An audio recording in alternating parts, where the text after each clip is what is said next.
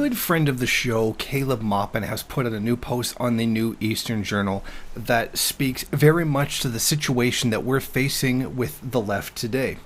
He speaks of a past about a program called the Congress for Cultural Freedom. Now, essentially, this was a government program, essentially a CIA program that went out to intentionally manipulate leftist opinion in order to forward it along bourgeois lines. The project involved indirect CIA funding of cultural leftism across the United States and Western Europe. Socialists, communists, anarchists, as well as artists, musicians, academics, filmmakers started getting CIA money. Many of them were unaware of where this money came from. The project went beyond just political activism, included funding for art galleries, experimental filmmakers, and most especially left-wing academics.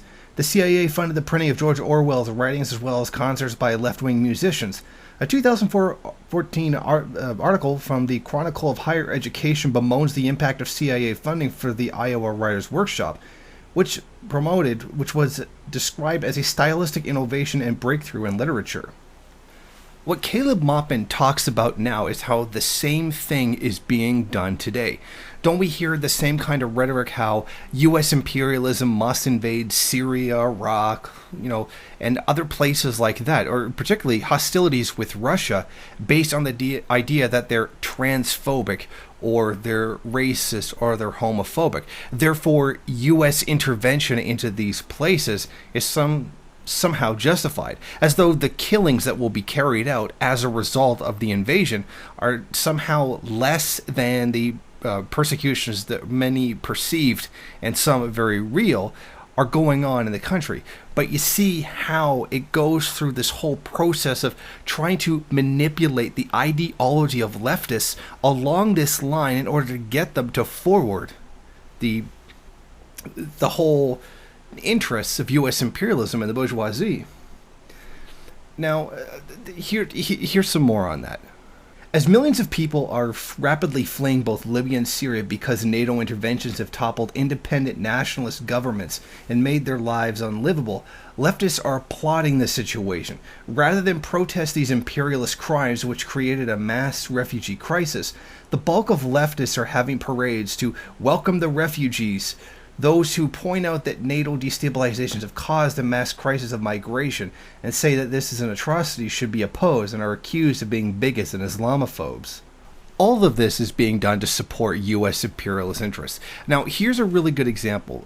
The now defunct New York Maoists had the line that you should not defend Syria because they're supposedly racist, homophobic, transphobic, etc., and that they take no position on either side because they're both bad.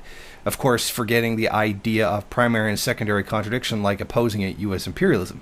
But then this same organization would turn around and cheer their support for Hamas, and rightfully so. But completely ignoring the fact that isn't Hamas rather homophobic, sexist, and transphobic as well? I mean, they are very heavily Islamic. That doesn't mean that independence of Palestine should be opposed. I mean, they were tremendously opportunistic in their support. But this goes to show how a great deal of leftist academia, or leftist thought in general, is being manipulated by the CIA. There's the old story that if it's accessible to the poor and most marginalized people in society, it's definitely not radical. And I think that really, really applies here. And that we do have to keep an eye out for, what kind of leftist ideology is trying to push us in the direction of the bourgeoisie and the things that they want us to do. As I've reported previously about Black Lives Matter, the whole movement is funded largely by George Soros and is mostly accepted by the mainstream media. That's why we see the mainstream media using words like white privilege, whereas before you would never hear them ever say something like that. But it's important to understand how they try to use leftists for foreign policy. Like they try to paint this homophobic thing about Russia, and I'm sure there is homophobia there. There's homophobia in every country, but that by no means means that we should engage in hostility, U.S. imperialist hostilities with Russia. It's simply nonsense, but it's a way of twisting leftist thought in order to serve imperialist interests. Thank you for watching. Why don't you go ahead, rate, Comment, subscribe, and share on various social media. And if you want, you can head over to my Patreon page and show your support. Or you could head over to the MRN bookstore and check out some of the latest books available.